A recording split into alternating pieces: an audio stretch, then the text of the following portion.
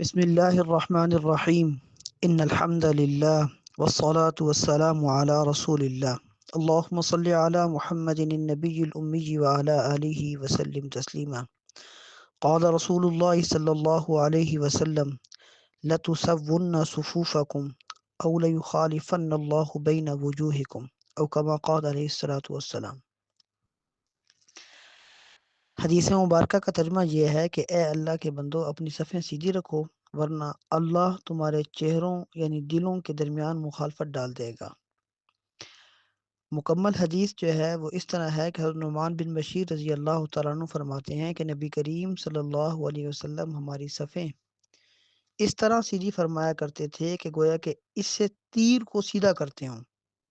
یہاں تک کہ آپ صلی اللہ علیہ وسلم کو یہ اندازہ ہو گیا کہ ہم نے آپ سے یہ بات سمجھ لی۔ پھر ایک دن آپ نکلے اور کھڑے ہوئے اور قریب تھا کہ تکبیر فرماتے، اتنے میں آپ نے ایک شخص کو دیکھا کہ اس کا سینہ صف سے باہر نکلا ہوا ہے۔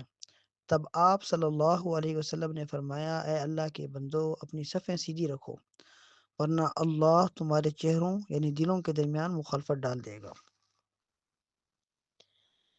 یہاں پر ایک جملہ ہے اس حدیث میں، مکمل حدیث میں، کہ تیر کو اس سے سیدھا کیا جاتا تھا، یہ مبالغہ کے طور پہ فرمایا،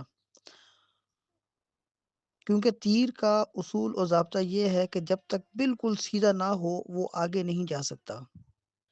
تو فرمایا گیا کہ ہماری صفوں سے تیر کو سیدھا کیا جاتا تھا، خلاصہ یہ ہوا کہ ہماری صفیں تیر سے زیادہ سیدھی ہوتی تھی۔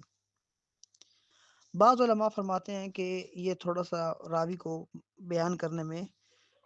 اس سے خطا ہوئی ہے، یا کہ یہاں یہ لفظ اس کو کہتے ہیں قلب ہو گیا۔ کیا مطلب کہ تیروں سے صفوں کو سیدھا کیا، یعنی جس طرح تیر بالکل سیدھا جاتا ہے اس طریقے سے ہماری صفیں تیر کی مدد سے سیدھی کی جاتی تھیں۔ واللہ عالم، دونوں باتیں ہو سکتی ہیں۔ اب حدیث میں فرمایا گیا کہ اللہ تعالیٰ تمہارے چہروں میں اختلاف ڈال دیں گے، تو علماء فرماتے ہیں کہ یہ جملہ حقیقت پر محمول ہے کہ اللہ تعالیٰ حقیقتاً چہرے کو بدل دے گا، یعنی چہرہ مسخ ہو جائے گا اور پیٹھ کی طرف کر دیا جائے گا۔ اور بعض علماء کا فرماتے ہیں کہ اللہ دلوں میں اختلاف ڈال دیں گے۔ اس کی تائید ایک دوسری روایت سے ہوتی ہے کہ جس میں آتا ہے کہ دل بدل دیے جائیں گے۔ اور دوسری بات یہ کہ نماز کی جتنی بھی غلطیاں ہیں ان میں الفاظ یہی ہیں، صفوں کا تعلق نماز کے ساتھ ہے، تو نماز کی جتنی بھی غلطیاں ہیں ان میں جو وعیدیں ہیں وہ ایسے ہی ہیں کہ جانوروں کے ساتھ تشبیہ دی گئی ہے کہ سجدے میں جا کر کوہنیاں کتے کی طرح نہیں بچھانی، ٹھیک ہے، اونٹ کی طرح جو ہے کہتے ہیں وہ سجدے کی طرف نہیں جانا، اور اسی طرح جو ہے جو شخص امام سے تقدیم و تاخیر کرتا ہے تو اللہ پاک اس کے سر کو گدھے جیسا کر دے۔ اب یہاں پہ دونوں باتیں ہیں، یا تو واقعاتاً اس کی شکل مسخ کر کے گدھا بنا دیا جائے، یا یہ ہے کہ اس کا عقل گدھے جیسا ہو جائے، تو یہ ساری باتیں آتی ہیں۔ تو اصل چیز جو ہماری حدیث سے متعلق تھی وہ یہ تھی کہ نماز کے لیے اپنی صفوں کو سیدھا رکھنا چاہیے ورنہ اللہ پاک جو ہے دلوں میں ٹیڑھا پن ڈال دیں گے، ایک دوسرے سے پھیر دیے جائیں گے، مخالف ہو جائیں گے، دل بدل جائیں گے، یہ ساری چیزیں۔